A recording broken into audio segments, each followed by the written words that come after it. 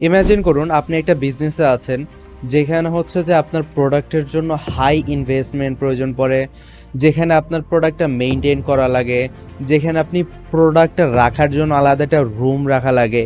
Even এত কিছু করার পরেও আপনি একসময় দেখবেন যে আপনার প্রোডাক্ট হয়তো হচ্ছে যে ওয়েস্ট হয়ে যাচ্ছে সেল না আসার কারণে। কিন্তু আপনার কাছে যদি এমন কোনো একটা বিজনেস থাকে যেখানে কোনো সময় এরকম ধরনের কোনো হ্যাসেল পোহাতে হবে না, এবং যেখানে আপনার কোনো শিপমেন্টের কস্ট প্রয়োজন পড়বে না, যেখানে আপনার বারবার প্রোডাক্টের পিছনে স্পেন্ডিং করা লাগবে না, ইনভেস্ট করা লাগবে না, হাই ইনভেস্টমেন্টেরও কোনো প্রয়োজন নেই, তাহলে বিষয়টা কেমন হয়? হ্যাঁ, আমরা কথা বলতেছি হচ্ছে যে ডিজিটাল প্রোডাক্ট নিয়ে। ডিজিটাল প্রোডাক্ট হলো এমন একটা প্রোডাক্ট যেখানে আপনি হচ্ছে যে একটা বিজনেসকে একদম স্ট্রংলি গোড়া থেকে দাঁড়া করাতে পারবেন, এবং এটা এমন একটা বিজনেস যেখানে হচ্ছে যে আপনি মাসে অ্যাটলিস্ট 30 থেকে 40 লাখ টাকার সেল ইজিলি, মানে চোখ বন্ধ করে জেনারেট করতে পারবেন, এরকম টাইপের বিজনেস। অ্যান্ড এটা আপনি চাইলে আরও অনেক বেশি স্কেল করতে পারেন। সো আজকের এই ভিডিওতে আমরা 3টা টপিক নিয়ে কথা বলবো, যে 3টা টপিকে আমরা বিস্তারিত বলবো যে আপনি কেন ডিজিটাল প্রোডাক্ট নিয়ে বিজনেস করবেন এবং এটার বেনিফিশিয়াল দিকগুলো কী কী, যেগুলো আপনি হচ্ছে ফিজিক্যাল প্রোডাক্ট নিয়ে করতে গেলে পারবেন না। ওকে, পয়েন্ট নাম্বার 1, আমরা আমাদের বিভিন্ন বিজনেসে প্রায় 100-এরও বেশি বিজনেস তথা ই কমার্স বিজনেস হ্যান্ডেল করেছি এখন অবধি, এবং স্টিল আমরা হ্যান্ডেল করতেছি। এখানে অনেক বিজনেস আছে যারা ডিজিটাল প্রোডাক্ট শুধুমাত্র সেল করে, এবং অনেক বিজনেস আছে যারা ফিজিক্যাল প্রোডাক্ট সেল করে। সো আমাদের কাছে না ওই বেসিক ধারণাটা আছে যে ডিজিটাল প্রোডাক্ট বিজনেসের ক্ষেত্রে কেমন হয় বিষয়টা, এবং ফিজিক্যাল প্রোডাক্টের বিজনেসের ক্ষেত্রে বিষয়টা কেমন হয়।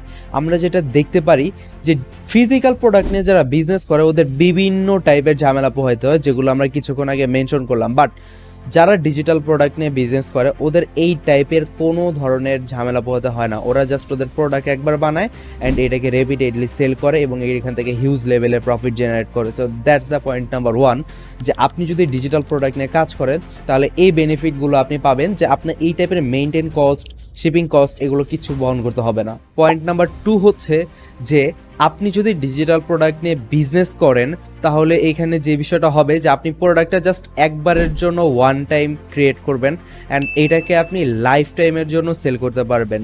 হ্যাঁ, প্রোডাক্ট আপনি জাস্ট একবার বানাবেন, অ্যান্ড এটা কিভাবে বানাবেন এগুলো তো আমরা আমাদের বিস্তারিত বলবো, সমস্যা নেই। বাট যেটা হয় বেসিক্যালি বেনিফিটগুলো যেগুলো, আপনি জাস্ট ডিজিটাল প্রোডাক্ট একবার বানাবেন, এটা বারবার রেপিটেডলি সেল করতে পারবেন। এই প্রোডাক্টে কখনো স্টক আউট হবে না, এই প্রোডাক্ট কখনো আপনার শিপমেন্ট কস্ট দিতে হবে না, এই প্রোডাক্ট কখনো কোথাও রাখতে হবে না। So that's the main benefit of digital product. তো নাম্বার 3 যেটা, সেটা হচ্ছে যে ডিজিটাল প্রোডাক্টে আপনি যখন কোনো একটা বিজনেস করবেন এটাতে না আপনার হাই ইনভেস্টমেন্টের প্রয়োজন পড়ে না। হ্যাঁ, আপনার জাস্ট একটু নলেজ থাকা দরকার অ্যান্ড ওই এক্সপিরিয়েন্স অ্যান্ড জ্ঞানটা থাকা দরকার যে একটা ডিজিটাল প্রোডাক্ট কীভাবে বিল্ড করতে হয় অ্যান্ড ওইটাকে কীভাবে সেল করে একটা সাকসেসফুল বিজনেস দ্বারা করাতে হয়, এই বিষয়টা জাস্ট আপনার বুঝতে হবে। এখন এই বিষয়টা যদি আপনারা না বোঝেন, ডেফিনেটলি আপনি আমাদের Meta ad pro digital product এই কোর্সটি এনরোল করতে পারেন। এখানে আমরা বিস্তারিত একটা বিজনেস শুরু থেকে, পেজ খোলা থেকে শুরু করে এটাকে কীভাবে একটা সাকসেসফুল ব্র্যান্ড তৈরি করে এখানে স্কেল করা যাবে একটা বিজনেস, সব কিছুই আমরা ট্রান্সপারেন্টলি আমাদের Meta add with digital product কোর্সের ভিতরে দেখাইছি। সো আপনি যদি চান যে আপনার কোনো একটা বিজনেস এভাবে দাঁড়া করতে, দেন ডেফিনেটলি আপনি আমাদের এই কোর্সে এনরোল করতে পারেন। লাস্ট নাম্বার 4, সো ডিজিটাল প্রোডাক্টের বিজনেসের one of the best point যেটা, সেটা আমি বলি। সো ধরেন আপনি একটা ফিজিক্যাল প্রোডাক্ট নিয়ে কাজ করতেছেন, বাট এই ফিজিক্যাল প্রোডাক্টে যে প্রবলেমটা হয় এখানে হচ্ছে যে ধরেন আপনি হয়তো রিসেল করতেছেন কারোর প্রোডাক্ট, ওইখানে আপনার প্রফিট মার্জিনটা না খুবই কম থাকে। বাট ডিজিটাল প্রোডাক্টের ক্ষেত্রে যেটা হয় আপনার হিউজ লেভেলের প্রফিট মার্জিন থাকে। Even just Facebook ad cost বাদ দিয়ে অথবা প্রমোশনাল কস্ট বাদ দিয়ে আপনি দেখবেন যে আপনার 90 to 80% অথবা 90%-ই আপনার প্রফিট মার্জিন থাকবে। So that's the number 4 point, যে আপনি ডিজিটাল প্রোডাক্ট নিয়ে যদি বিজনেস করেন এখানে হিউজ লেভেলের প্রফিট মার্জিন রাখতে পারবেন।